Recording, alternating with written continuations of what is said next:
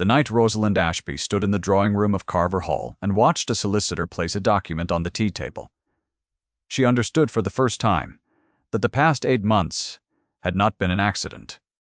They had been a mistake the world had made in haste. And this room, this fire, these witnesses in their evening coats, were the machinery by which the world corrected itself. She did not move. She did not breathe. She stood near the door where Lady Morrow had placed her, because that was where dismissed women stood, and she waited to see whether Edmund Carver, the Duke of Carver, would do what she had stopped believing any man in his position would ever do. He crossed the room in 3 strides. To understand why that crossing mattered, it is necessary to go back to the beginning of it, which was a ballroom, a year and a half ago, and a girl in a white gown who was not Rosalind. The Ellsworth Ball opened the season that year with the particular confidence of a household that has never once failed to impress. The chandeliers held 40 candles apiece. The floors were waxed to a mirror finish. The daughters of every family of consequence in the county arrived in satin and pearls. And the expression of practiced expectation that young women wore in ballrooms when they had been told since childhood that this was where their futures would be decided. Rosalind wore pale gray. It was a clean gown, neatly pressed, and it had been trimmed twice. Once when it was new, and once 2 seasons later when the original trim had begun to show its age. She had done the work herself, with a needle and a patience she had inherited from her mother. She was 24 years old, the elder daughter of Mr. Berman Ashby, who had died the previous winter, and left 2 daughters, a house in moderate repair, and a set of debts that the moderate house was slowly absorbing. She was not there as a debutante. She was there as her sister's companion. Cecily was 20. Cecily had their mother's coloring, which was to say the coloring that stopped conversation. Dark hair, a complexion that the candlelight turned luminous, a laugh that rose without effort and landed without calculation. Rosalind had long since made her peace with this. It was simply a fact of the world, the way the entail had been a fact, and the debts had been a fact, and the gray gown had been a fact. One arranged oneself around facts. One did not spend energy resenting them. Lady Morrow arrived at the ball in the manner of a person who has never once needed to arrive anywhere, because the room had always been waiting. She was the Dowager Duchess of Carver, which meant she occupied a position inside the season's hierarchy that was less like a social rank and more like a weather system. When she turned her attention toward a family, the family felt it as pressure. She wore dark garnets at her throat and carried her fan at a height that suggested the room's temperature was a matter she had chosen to tolerate. Her eyes moved across the Ashby sisters with the particular efficiency of someone appraising a situation rather than greeting it.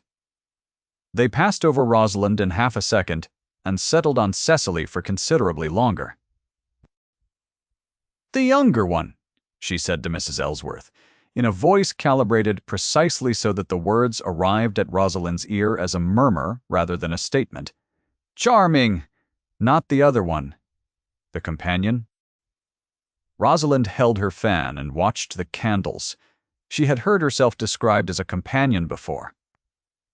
It was one of those words the season employed as a kindness when the word "it" actually meant was unnecessary. She was not a companion by profession. She was a companion by circumstance, which in the season's vocabulary meant the same thing. Her function that evening was to stand near Cecily and not draw attention, and she was very good at her function. What she did not notice, because she had arranged her attention elsewhere, was that the Duke of Carver had arrived 20 minutes earlier, and had placed himself near the far doorway with the deliberate stillness of a man who wished to be visible without participating.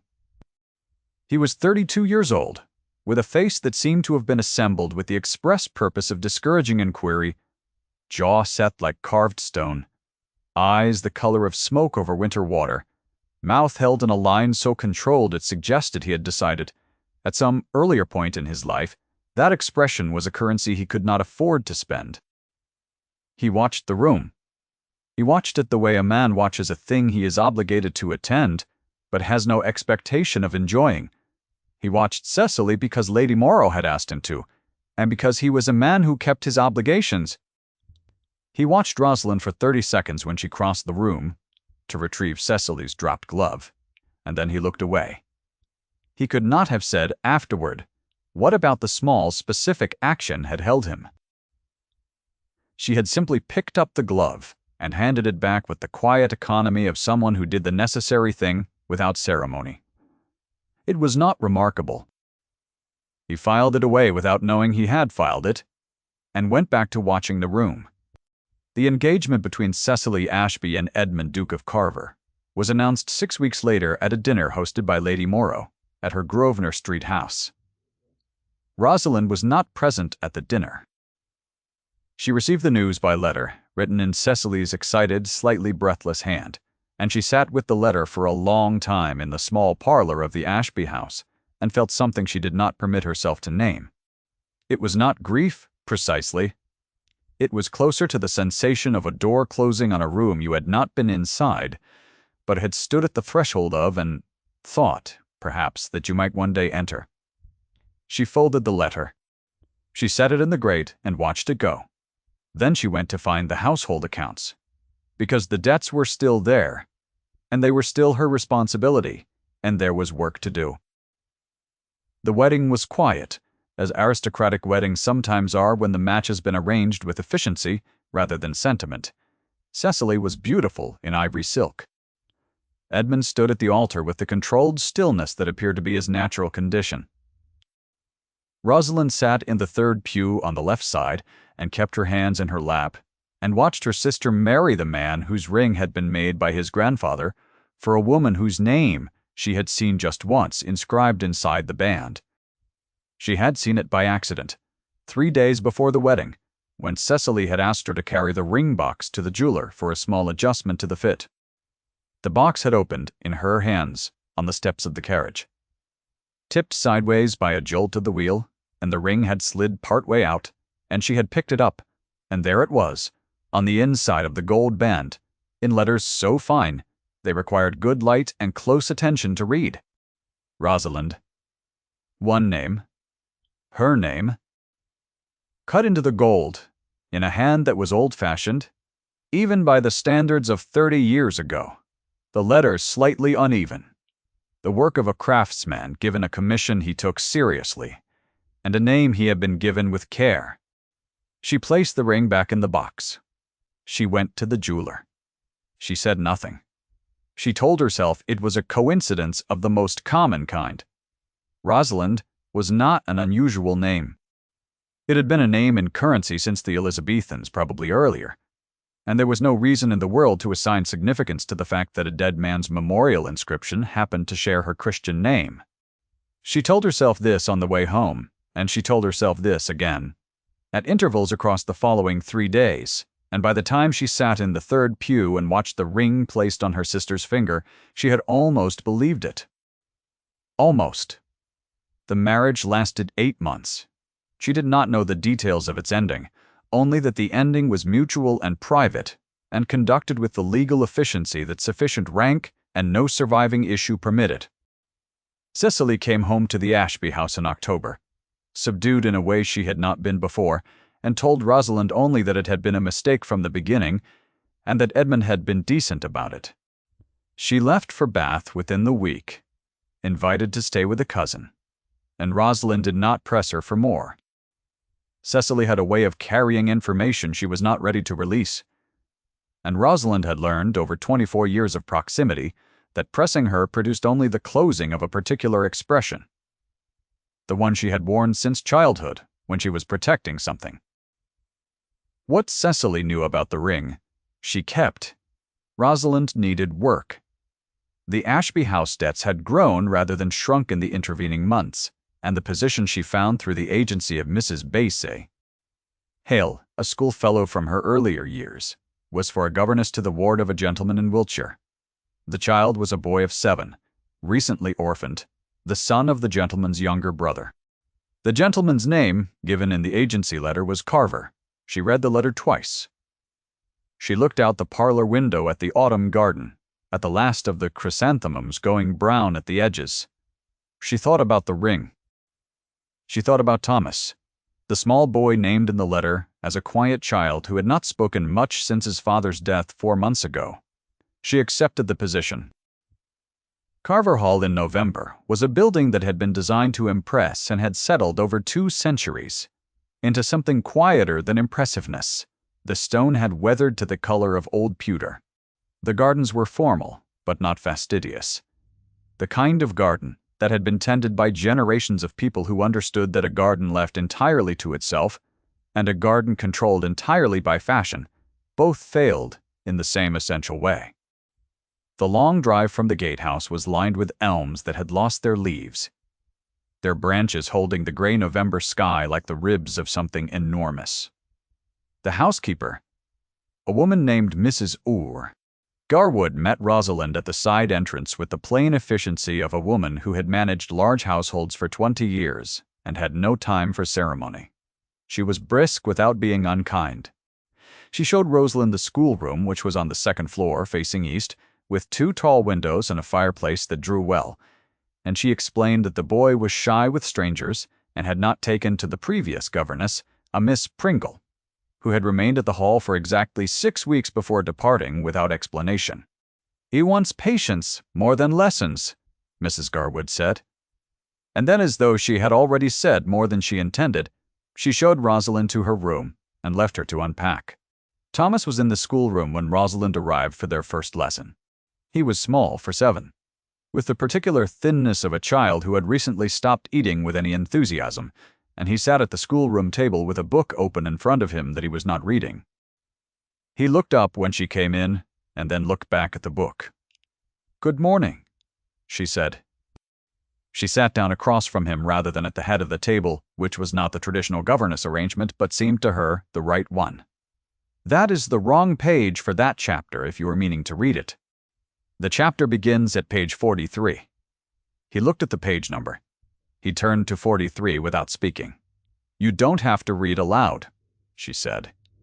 "We can both read quietly for a while if you like. I have my own book."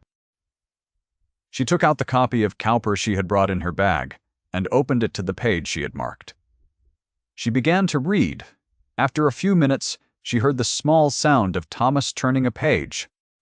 She did not see Edmund for the first 3 days. She knew he was in the house, because his coat was sometimes draped over the chair, in the corridor near the estate room, and because Mrs. Garwood referred to him in passing as though he were a piece of weather to be accounted for, present and unpredictable and requiring management. On the 4th morning, she came around the corner of the ground floor passage, with Thomas's arithmetic slate in one hand, and walked directly into him. He was taller than she remembered.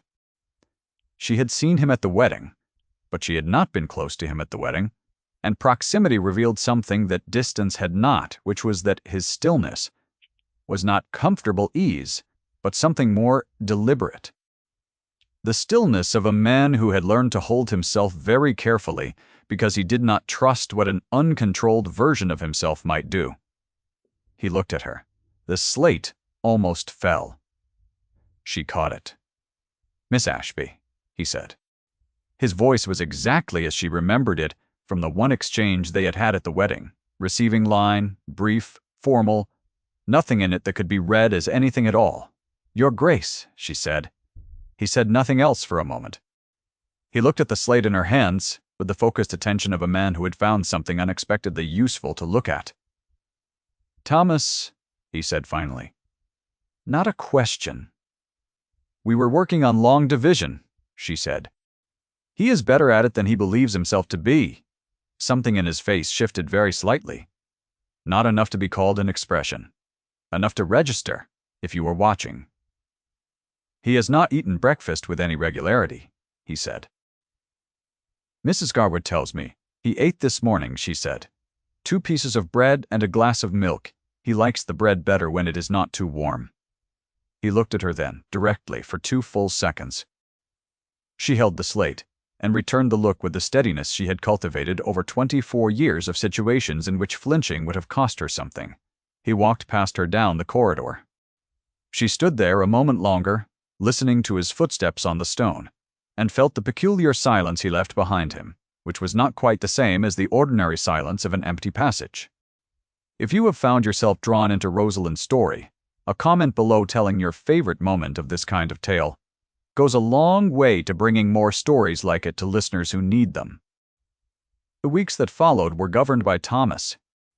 He began to speak in the second week, first to ask whether she had read the natural history of birds that was shelved in the upper row of the schoolroom, and then, when she said she had not, to explain it to her at considerable length, and with a seriousness that suggested the birds had been his chief companions since his arrival at Carver Hall. By the third week he was eating with consistency, and had shown her where the kitchen garden kept its dormant strawberry beds, because he had a plan for the spring and wished her to understand it. By the fourth week he was reading aloud in the evenings, without being asked, sitting close to the fire in the schoolroom with the particular concentrated focus of a child who had found, in a story, a room he could stay in without being afraid. Rosalind watched him recover with the quiet attention she gave to things that mattered. She did not draw Edmund's notice to Thomas's progress, because Thomas's progress was not a performance, and was not for Edmund's benefit. It was simply what happened when a child was given patience, and bred at the right temperature, and permission to care about strawberry beds. But Edmund noticed. She did not know this until much later. She did not know, for instance, that he had paused in the upper corridor on a Tuesday morning 3 weeks after her arrival, and stood at the half-open schoolroom door for 4 full minutes, watching his ward copy the parts of a bird from a labeled diagram while Rosalind sat beside him with her own pen, drawing a second diagram, so that Thomas could see the scale of one wing against another. She did not know that he had stood there, until Thomas looked up at her, with something approaching a smile, and that Edmund had stepped back from the door and gone downstairs without making a sound. She also did not know that Lady Morrow had written to him twice in those 3 weeks, both letters inquiring, with the polished indirection that was her signature, whether he had considered that the Ashby governess was perhaps not the most appropriate arrangement for his household. Given the circumstances was a phrase Lady Morrow used, the way a surgeon uses a blade, with precision and without sentiment. Edmund had not replied to the letters. The night she read to Thomas was in the 5th week of her time at Carver Hall, on a Wednesday when the temperature had dropped sharply, and Thomas had woken in the early hours with a fever that was not severe enough to call for the doctor, but was sufficient to make him unhappy in the particular way of feverish children, hot and restless and unable to stay in one position. Rosalind had heard him through the wall. She had put on her dressing gown and gone to his room with the candle from her table, and sat in the chair beside his bed, and read to him from the bird book, not because it was a fever remedy, but because it was what he wanted. And wanting it was enough reason. She read for 2 hours. By the time his breathing steadied and the flush at his cheeks settled back toward his ordinary color, it was past 4 in the morning, and the candle had burned down to its last inch. She read the final page of the chapter in the last of the candlelight, and sat in the dark for a moment, listening to him breathe, and then she stood to go. Edmund was in the doorway. She did not know how long he had been there. He had a lit candle of his own in one hand, and the light from it fell sideways across his face, in a way that showed what his face did when it believed itself unobserved, which was something very different from its public expression. It was not soft, precisely. It was opened, slightly, as though the discipline that maintained his ordinary stillness had been standing off duty, and the thing underneath was quieter and more considerable than the mask above it. He said nothing. She said nothing. She picked up her extinguished candle and walked past him into the corridor, and he stepped aside to let her pass, and for one moment they were close enough that she could hear him breathe. She went back to her room. She sat on the edge of her bed, in the dark. Something had shifted in the air between her and Carver Hall, and she could not name it yet, but she felt its weight. What she did not know was what Edmund was carrying. She saw the discipline and the silence, and she read them as indifference, the way she had been taught to read such things, because 24 years of being the unnecessary one had trained her perception to expect indifference from men in his position as the default. What she could not see was what had arrived for him, 3 weeks after her coming to Carver Hall, in a letter from Mr. Fitch, the solicitor who managed the Carver estate's historical records. The letter concerned the ring. Edmund had not known the ring's history in any detail beyond the broad fact that it was old, a family piece commissioned by his grandfather in the year 1803. He had given it to Cecily because it was tradition to give the eldest Carver ring to the Carver bride. And Cecily had returned it at the annulment, and he had placed it back in the estate room's locked cabinet, without thinking about it again. He had not, in the 8 months of his arranged marriage to a woman he had been told was suitable, found occasion to examine it closely. Mr. Fitch's letter changed that. The solicitor had been cataloging the Carver estate's historical documents as part of a broader inheritance review, and had come across a provenance letter written by Edmund's grandfather in the year 1803, addressed to the goldsmith who made the ring, confirming the inscription's content and its purpose. The name to be engraved was Rosalind Vale. She had been a gentlewoman of his grandfather's acquaintance, and the ring had been commissioned with the intention of offering it alongside a formal proposal. She had died of fever in the November of that year before the proposal was ever made. His grandfather had kept the ring as a memorial. He had never commissioned another. The name inside the band had never been mentioned to any subsequent generation. Edmund sat in the estate room with Mr. Fitch's letter in his hands for a long time. He looked at the ring. He thought about the woman reading to his ward by candlelight at 4 a.m, and the way she had handed Cecily's glove back in a ballroom more than a year ago, and the way she had said his ward liked bread better when it was not too warm, and the look she had given him in the corridor when he had tried to fill the space with formality, and she had declined to fill it with anything at all. He thought about the 8 months of a marriage arranged by his grandmother's dearest friend, entered into because Edmund Carver had been raised to believe that obligation was love's better substitute.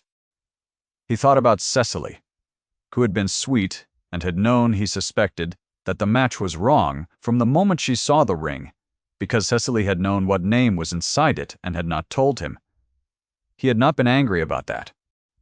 He had been, in a way he did not have vocabulary for, grateful to her for her silence, because if she had told him, he would have had to do something about it, and at that point he had not known what the something was.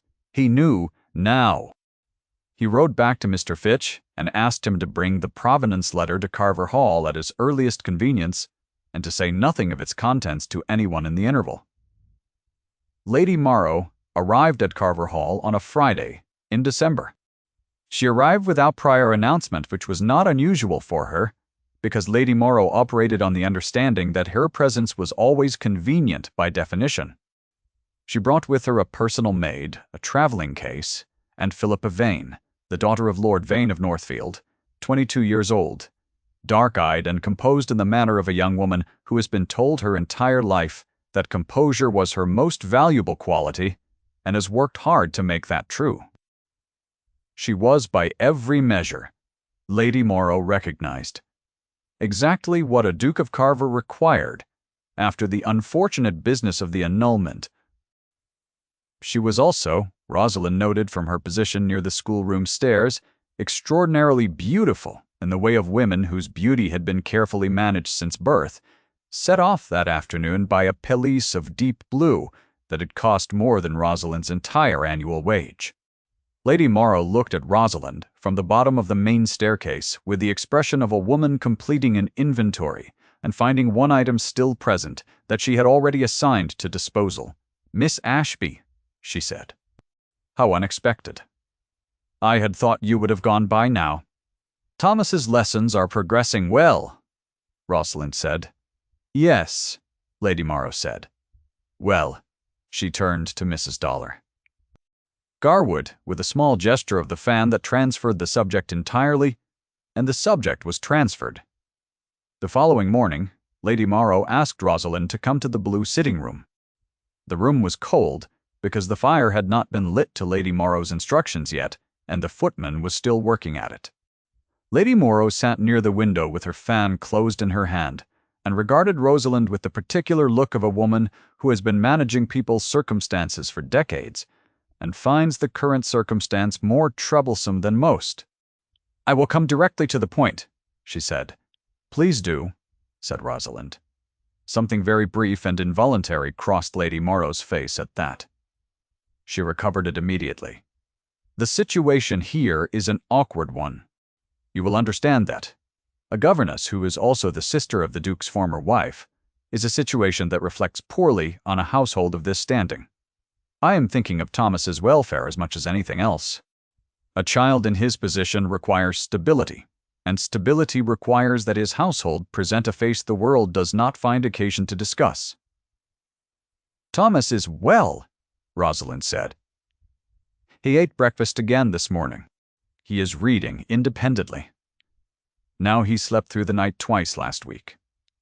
I am certain he is well," Lady Morrow said, with a patience that was very nearly genuine. "I am not suggesting otherwise. I am suggesting that another governess, one without the particular complication of your history with this family, might serve the household's interests more adequately." "And Thomas's interests," Rosalind said. "Are those the same as the household's?" The fire caught at last. The footman stepped back.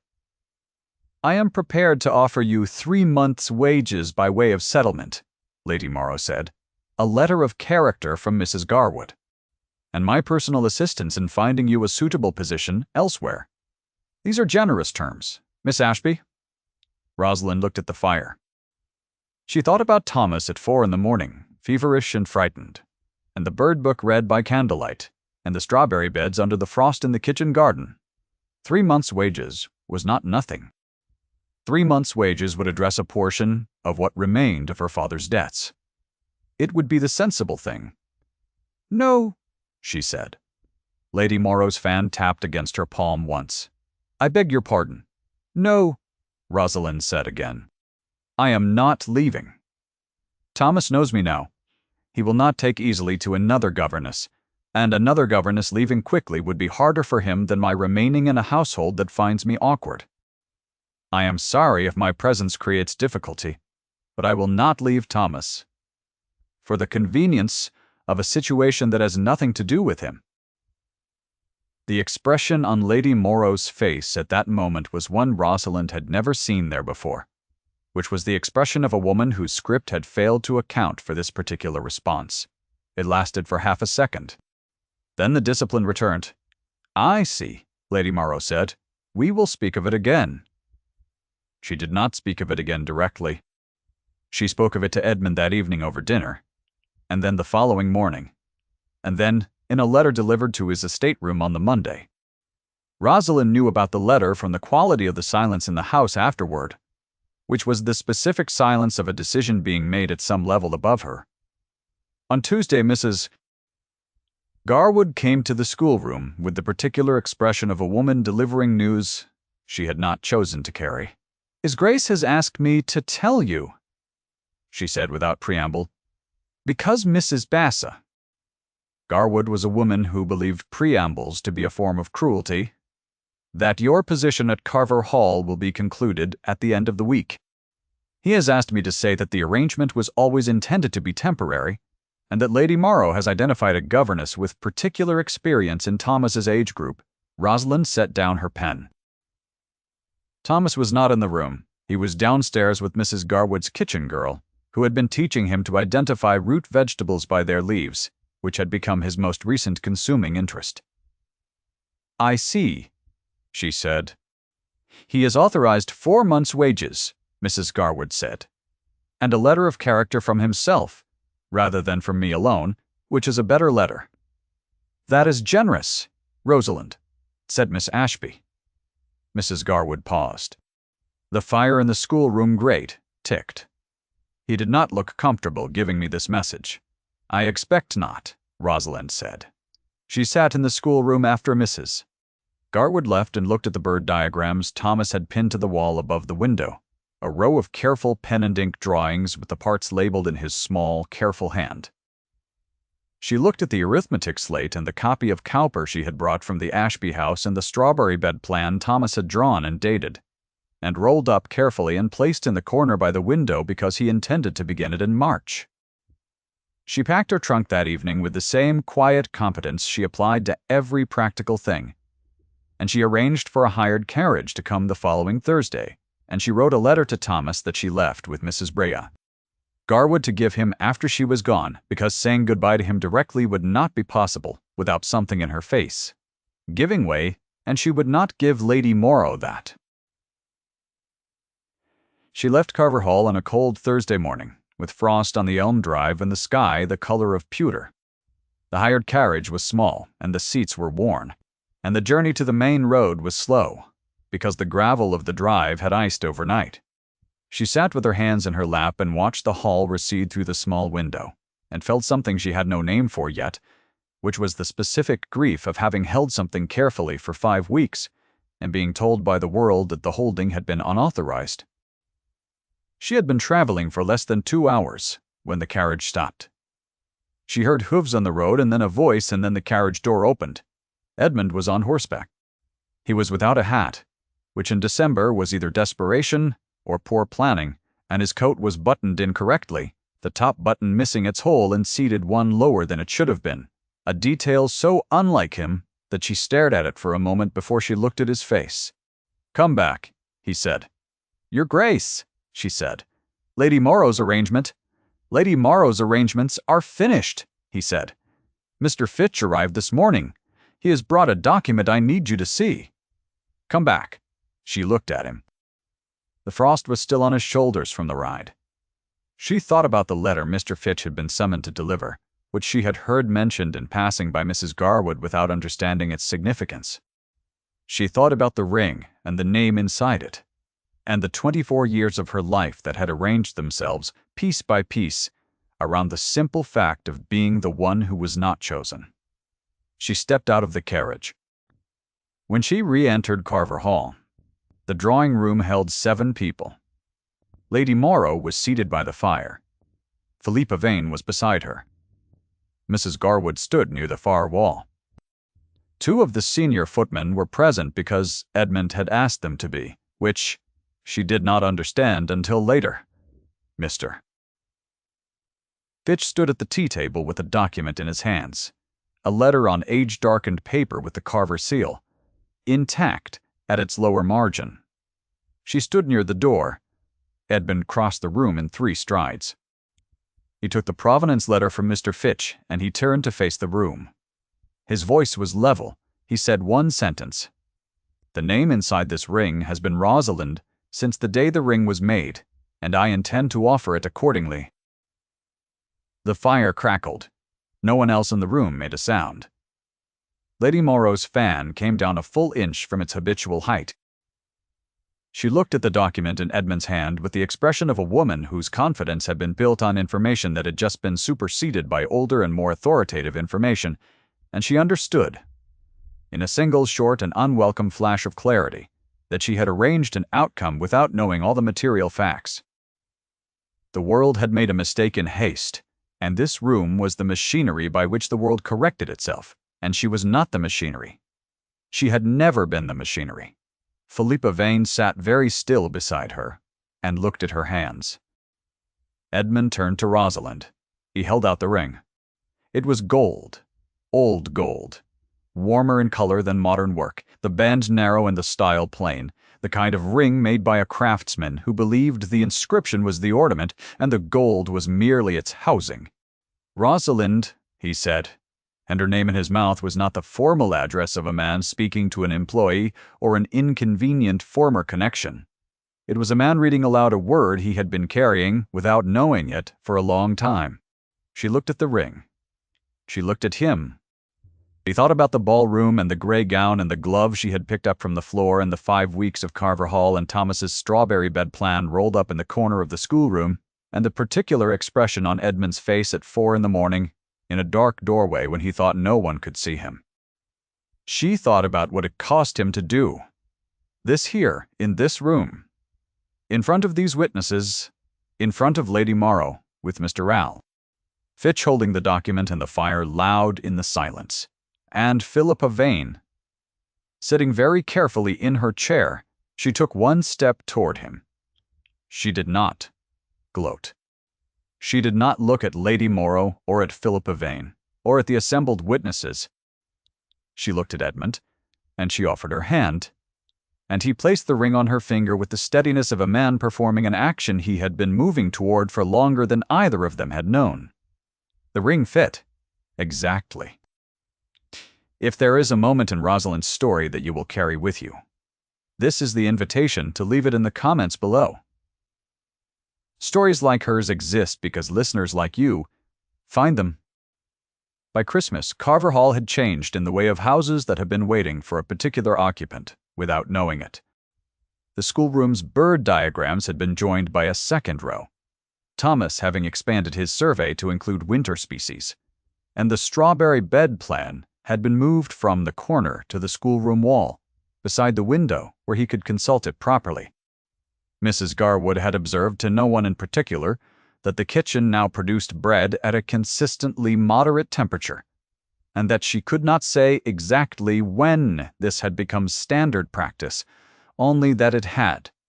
The snow came on the 23rd of December, the particular unhurried snow of Wiltshire in deep winter, falling without wind against the long windows of the drawing room where Rosalind sat reading.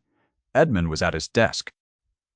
Thomas was asleep upstairs, having read himself to the end of the Winter Birds chapter, and declined to concede that it was past 8 o'clock. The fire in the drawing room had been built up well against the cold, and it moved and settled with the small, comfortable sounds of a fire that had been tended rather than simply lit. She felt it before she saw it, the quality of attention that she had learned to recognize now, not as something surprising, but as something consistent. A fact of life at Carver Hall as reliable as the frost on the elm drive and the bread at the right temperature. "It is snowing," he said. "Yes," she said. He set down his pen. He came and stood at the window beside her, and they watched the snow come down on the garden, covering the frost-hardened kitchen beds and the bare elm branches, and the long sweep of the drive that she had left along 2 months ago in a hired carriage with her hands in her lap. She looked at the ring on her hand. The firelight caught the old gold and made it warm. She thought of Cecily, briefly and without bitterness, in Bath, or wherever she had carried herself by now, living a life that was her own and had no obligation to be witnessed. She thought of Lady Morrow, corrected and departed back to Grosvenor Street, and her considered opinions in the season that would continue as it always had, with or without the Ashby sister who had never been the relevant one. She thought of Edmund's grandfather who had commissioned a ring for a woman named Rosalind, and had lost her before the offering, and who had kept the ring all the same and whose keeping of it had moved across 3 generations and 117 years to this specific firelit room, this specific window, this specific falling snow. Edmund's hand covered hers where it rested on the window frame. His thumb moved once, lightly, across the band of the ring. She had spent 24 years learning how to stand at the edge of a room without flinching. She had spent 24 years carrying the understanding that the world had made its assessment of her and that the assessment was final. She had not known, until the moment a solicitor placed a document on a tea table and a man crossed a room in 3 strides, that the world's assessment had been based on incomplete information. The snow fell on the elms and on the kitchen garden and on the long pewter drive. Thomas was asleep upstairs, having left the strawberry bed plan open on his pillow. The ring was warm on her hand. She was home.